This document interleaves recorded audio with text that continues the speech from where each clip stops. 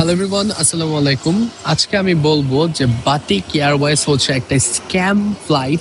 Because আমার বাংলাদেশে আসার ফ্লাইট ছিল 22 তারিখ সকাল 9টা 35 আমার নামার কথা ছিল। বাট আনফর্চুনেটলি আমার ফ্লাইটটা অলমোস্ট 8 ঘন্টা ডিলে হয়, যার কারণে 23 তারিখ সকাল 7টা 35 ফ্লাইট আমি পাই। ঠিক আছে, ভালো কথা, প্রপারলি মানছি এগুলা যে ফ্লাইট ডিলে হইতে পারে, সমস্যা নাই।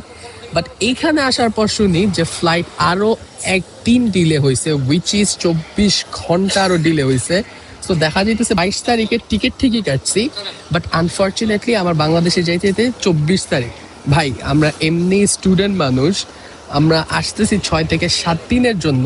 বাট এইখানে যদি আমাদের 3 দিন যদি এরকম ড্রামা করতে করতে চলে যায়, এখানে আমার আসলে কিছু বলার নাই।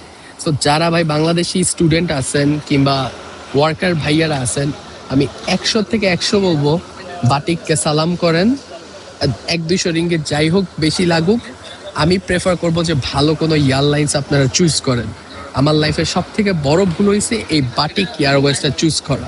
ঠিক আছে, এখানে অলমোস্ট 3 ঘন্টা ধরে দাঁড়ায় আছি, কোনো খোঁজ খবর নাই। এখানে এসে শুনি ফ্লাইট আবার 24 ঘন্টা ডিলে হয়েছে।